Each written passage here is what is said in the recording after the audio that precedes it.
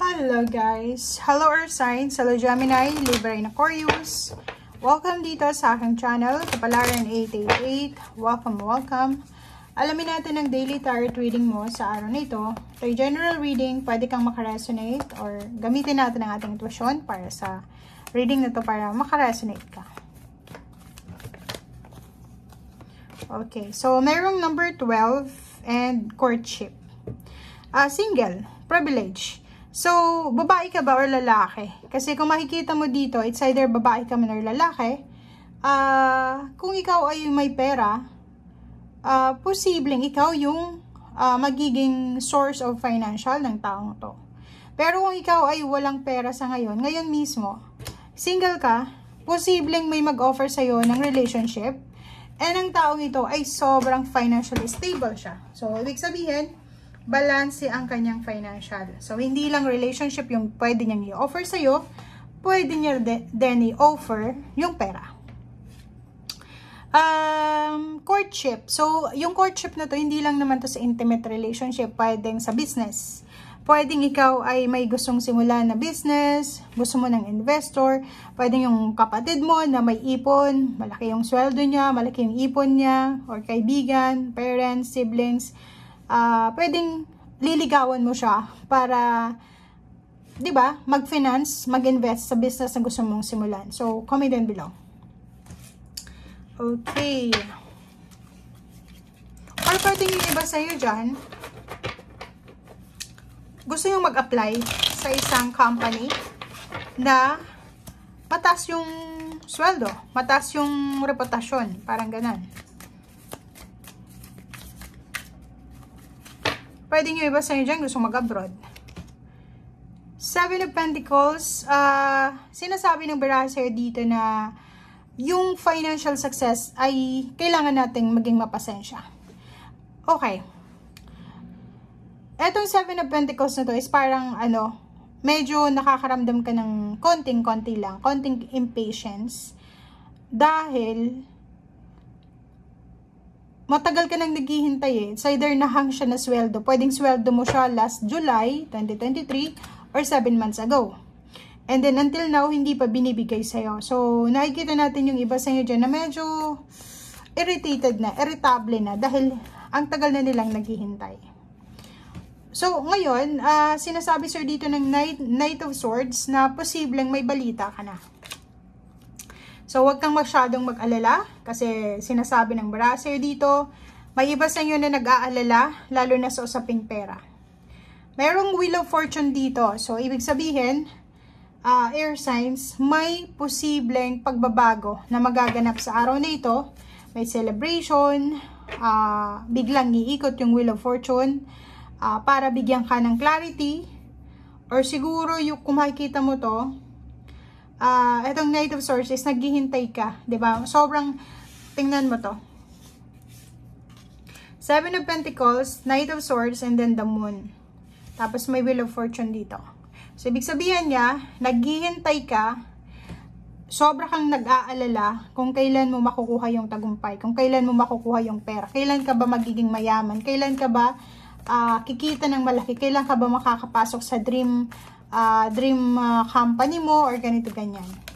So kung makikita mo to, sinasabi ng baraha sa'yo dito guys na kailangan nating kalmahin ang ating sarili. Kalma lang kasi may Wheel of Fortune. So ibig sabihin may pagbabagong magaganap sa buhay mo, pero sa ngayon mismo sa araw na ito, kailangan mong maging stable sa yung mindset natin. Kailangan natin na maging balance kasi pag masyado tayong impatient, eto yung kalalabasan natin. Sleepless nights, depression, anxiety, overthinking, parang gano'n. So, para maiwasan mo yung sadness, disappointment, sinasabi ng baraha na be patient sa kung ano man to na gusto mong mangyari sa buhay mo. Eight of Cups and Page of Wands. So, nakikita natin dito na may iba sa inyo dyan na parang gusto nyo na lang na i-give up yung future nyo. Parang iniisip nyo ulit. Relationship to, parang nakikita nyo yung sarili nyo na walang patutunguhan yung relationship na meron kayo sa ngayon.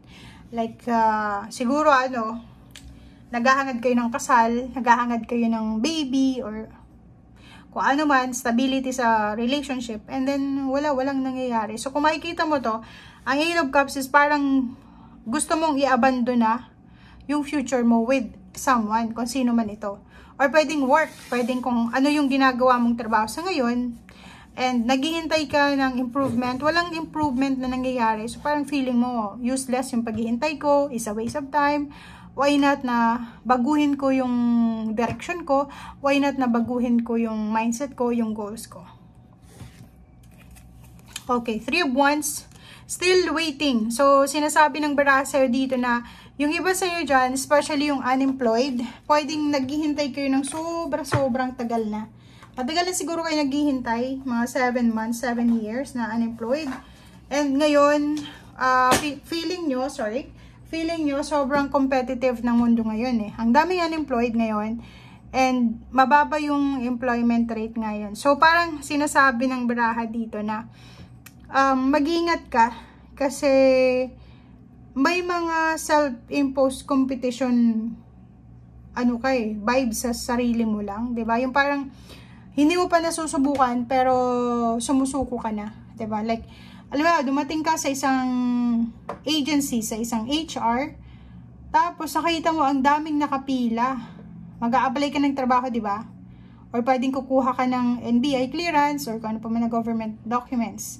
Tapos nakita mo yung daming pila, instead na magtanong ka na hanggang kailan yung fall in line dito or hanggang saan, kailan, anong oras magsasara, parang gano'n. Instead na magtanong ka, bigla kang sumuko, give up, umuwi ka na, 'di ba? Parang gano'n. So hindi mo pa nga nasusubukan, nag-give up ka na. So yun ang kailangan mong iwasan. Iwasan mo tong 5 of Wands kasi minsan sarili natin yung kalaban natin, hindi naman ibang tao.